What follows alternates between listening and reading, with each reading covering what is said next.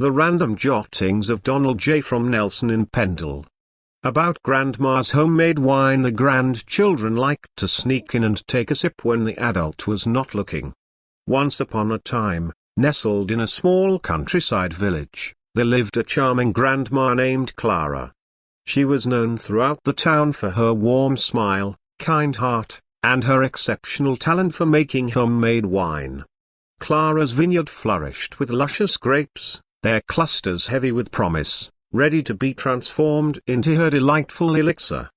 Clara's grandchildren, Emily and Jake, adored their visits to her cozy cottage. They spent countless hours exploring the vast garden, chasing butterflies, and playing hide-and-seek among the vineyard's trellises. But their secret excitement always lay in the hidden cellar, where Grandma Clara stored her precious wines. The cellar held a mystique that fascinated the young siblings. Bottles of various shapes and sizes were meticulously arranged on wooden shelves, their labels weathered and aged like fine artifacts. Clara would lovingly tend to her collection, crafting the perfect concoctions year after year.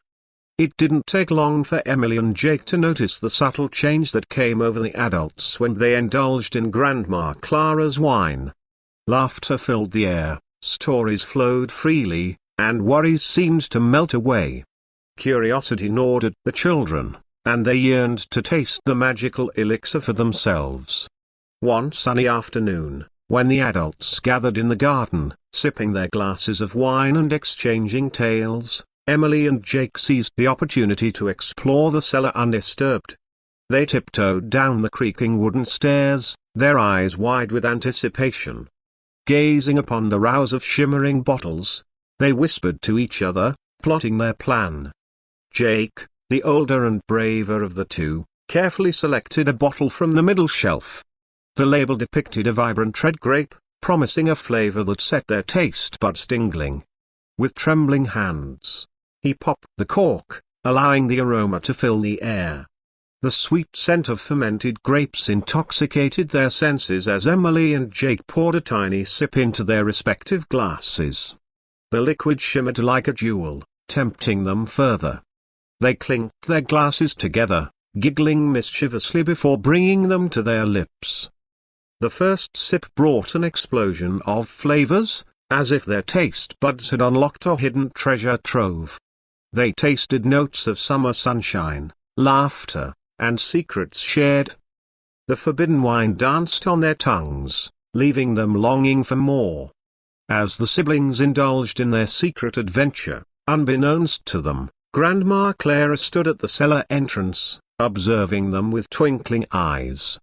She had suspected their curious nature, their longing to experience the magic of her craft.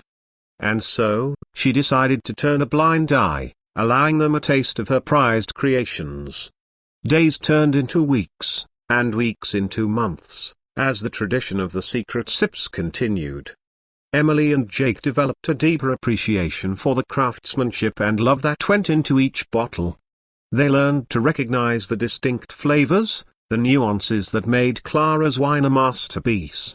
One day, as the children grew older and their secret adventures became a distant memory, they mustered the courage to confess their clandestine escapades to Grandma Clara.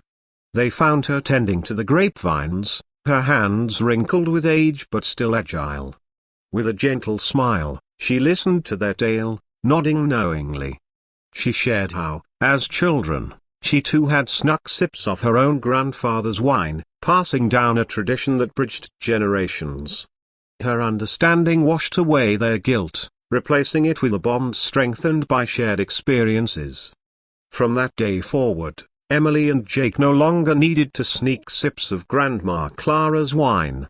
They were invited to partake in the magic openly, embracing their place within the legacy of her craft. Together, they celebrated the beauty of family, tradition, and the simple pleasures that bind generations together. And so, in that quaint countryside village, the aroma of Clara's homemade wine continued to enchant all who tasted it. The vineyard flourished, and the legacy of secret sips lived on, a cherished memory passed down through the ages. By Donald J.